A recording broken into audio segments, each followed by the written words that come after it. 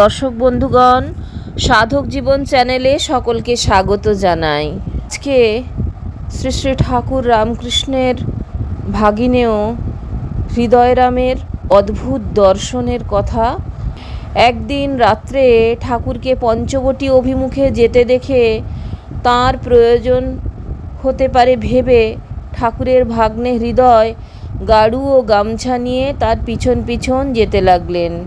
যেতে যেতে হৃদয়ের এক অপূর্ব দর্শন হলো। তিনি দেখতে পেলেন ঠাকুর স্থূল রক্ত মাংসের দেহধারী মানুষ নন। তার দেহ নিঃসৃত অপূর্ব জ্যোতিতে পঞ্চবটী আলোকিত হয়ে উঠেছে এবং চলার সময় তার জ্যোতির্ময় পদযুগল ভূমি স্পর্শ না করে শূন্য পথে এগিয়ে চলছেন। চোখের দোষে ওই রূপ দেখছেন কি না এই ভেবে হৃদয় বারংবার চোখ মুছতে লাগলেন। ভালো করে চোখ পরিষ্কার করে পুনরায় ঠাকুরের দিকে তাকিয়ে দেখতে লাগলেন, কিন্তু কিছুতেই কিছু হলো না। বৃক্ষ, লতা, গঙ্গা, কুটির প্রভৃতি সঠিক দেখতে পেলেও ঠাকুরকে কিন্তু বারবার সেই আগের মতোই দেখতে পেলেন। জ্যোতির্ময় পদযুগল ভূমি স্পর্শ না করে শূন্য পথে এগিয়ে চলছেন। তখন বিস্মিত হয়ে হৃদয় ভাবলেন, আমার ভিতর কি কোনো রূপ পরিবর্তন হয়েছে যার জন্য ওই রূপ দেখছি? এই কথা ভেবে তিনি নিজের দিকে দেখা মাত্র তার মনে হলো সেও দিব্য দেহধারী জ্যোতির্ময় দেব অনুচর সাক্ষাৎ দেবতার সঙ্গে থেকে চিরকাল তার সেবা করছেন।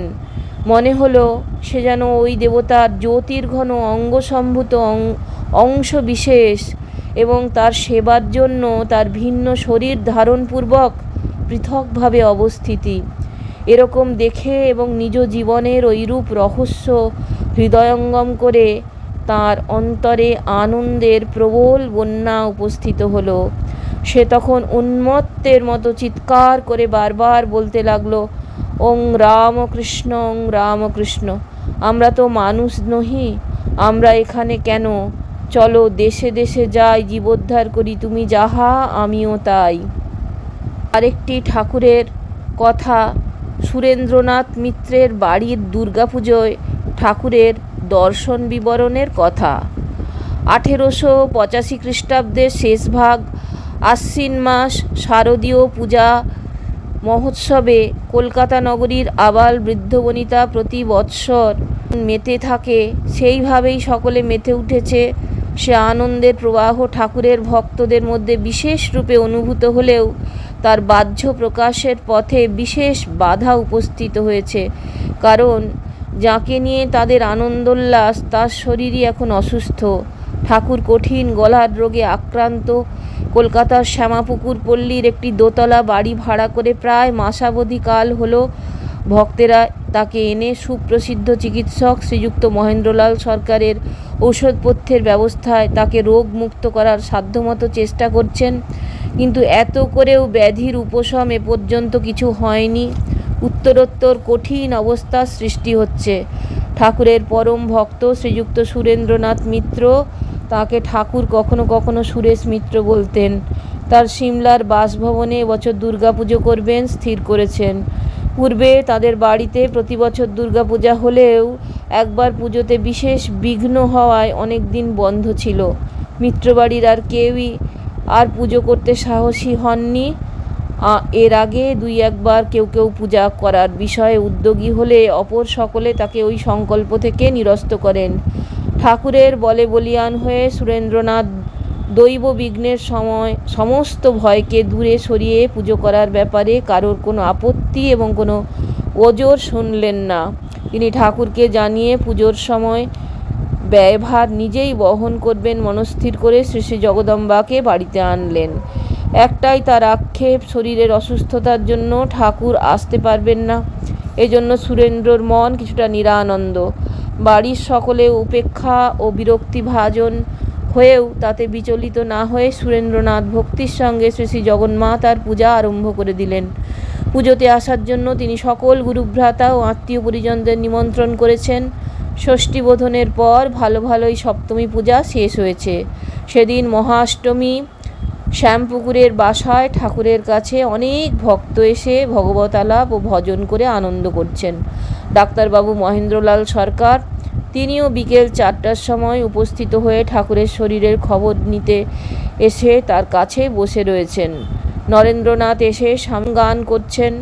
তার কণ্ঠের দিব্য স্বর লহরী শুনতে শুনতে সকলে আত্মহারা হয়ে পড়লেন।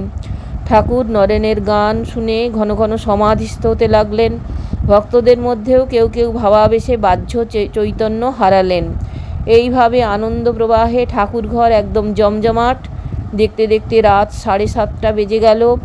ডাক্তারের এতক্ষণে চৈতন্য হলো। বড্ড দেরি হয়ে গেছে, সেজন্য মেঝে থেকে উঠে দাঁড়িয়ে তিনি স্বামীজিকে পুত্রের মতো স্নেহে আলিঙ্গন করলেন। তারপর ঠাকুরের কাছে বিদায় গ্রহণ করতে এগিয়ে যাওয়া মাত্র ঠাকুর হাসতে হাসতে উঠে দাঁড়াতেই পুনরায় তিনি গভীর সমাধিমগ্ন হলেন।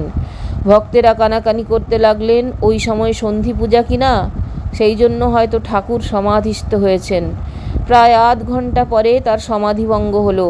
তখন তিনি উপস্থিত ভক্তদের সমাধিকালে যা যা দেখেছিলেন তা বলতে লাগলেন।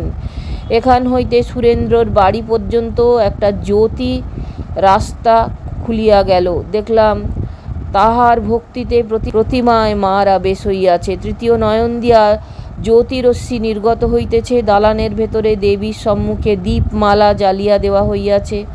আর উঠানে বসিয়া সুরেন্দ্র ব্যাকুল হৃদয়ে মা মা বলিয়া রোদন করিতেছে।